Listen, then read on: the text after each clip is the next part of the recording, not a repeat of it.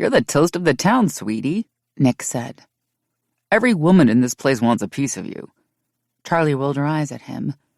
"Wrong bar. This isn't Lux." Her request to go to her favorite lesbian club had been ignored in favor of the newest, brightest, shiniest scene. "Next time, I promise." Nick sipped his Cosmo.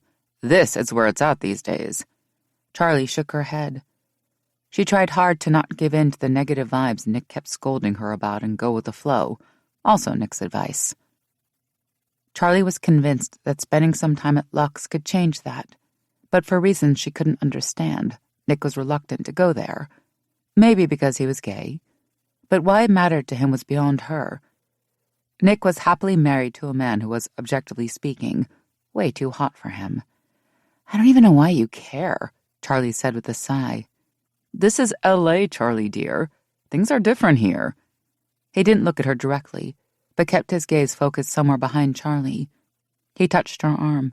"Okay, don't look, but—" Charlie interrupted by following his line of sight and looking straight at the face of a typical L.A. woman. It was as though women on the West Coast were a different species from the ones she was used to hanging around. "No, you ruined it. She was giving you the eye." He swung his hands in the air dramatically. "Way to play it cool." Nick was one of the most uncool people living in WeHo. "You should be out of practice," Charlie said. "What with having put a ring on the most gorgeous man in Los Angeles?" Charlie was severely out of practice as well, but she was pretty sure she wasn't going to find what she was looking for on the rooftop of the newest and hippest Sunset Strip hotel. There was a glass cage in the reception area with a model locked in it, for God's sake. Charlie assumed the woman went in voluntarily, but still. "Are you Nick Kent?" A shrill voice came from behind Charlie. "You are!" the voice shrieked. "Can I get a photo, please?" When she stepped into view, it turned out to be the same woman Nick had pointed out earlier. Instead of checking her out, as Nick presumed, she'd had her eye on him. Charlie couldn't wait to throw that back into his face. "In the flesh," he said, a huge smile on his face. Nick had one of the lead parts in a popular sitcom, so it was imperative that he appeared jovial and courteous at all times when meeting fans. "My friend here will take it for us." He shot Charlie a quick wink. The woman handed Charlie her phone and didn't give her a further glance. Charlie took the camera and renewed her determination to drag Nick away from this place. He had gotten his fangirl fix. Someone had spotted and approached him at the new It bar. Now he could indulge his lesbian friend for the rest of the evening. Charlie fulfilled her duty and snapped a photo of Nick and the woman as they pulled their lips into the obligatory duck-face pout. Charlie had been in Los Angeles for 6 months now, but she still had some massive acclimatizing to do.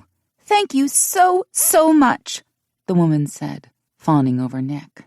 "I adore you on Laughing Matters. You're my favorite character by far." "Thank you," Nick said with a tilt of his head. "I won't tell the others." It took a few more seconds before the woman returned to her own party. Charlie arched her eyebrows, hoping to convey a wordless, "I told you so." "Okay, fine." Nick showed her his palms. "You've got this one. I was wrong. I'll go to Lux with you as penance. Too many out-of-towners here who don't know how to behave amongst the likes of me." He giggled self-consciously. One of the reasons why they got along so well was because he was one of the most self-deprecating people she knew. Plus, they had a history in New York. She'd met him years ago, around the same time she'd met Joe. "You're a star," Charlie said flatly. "Tell me something I don't know," Nick replied and got up.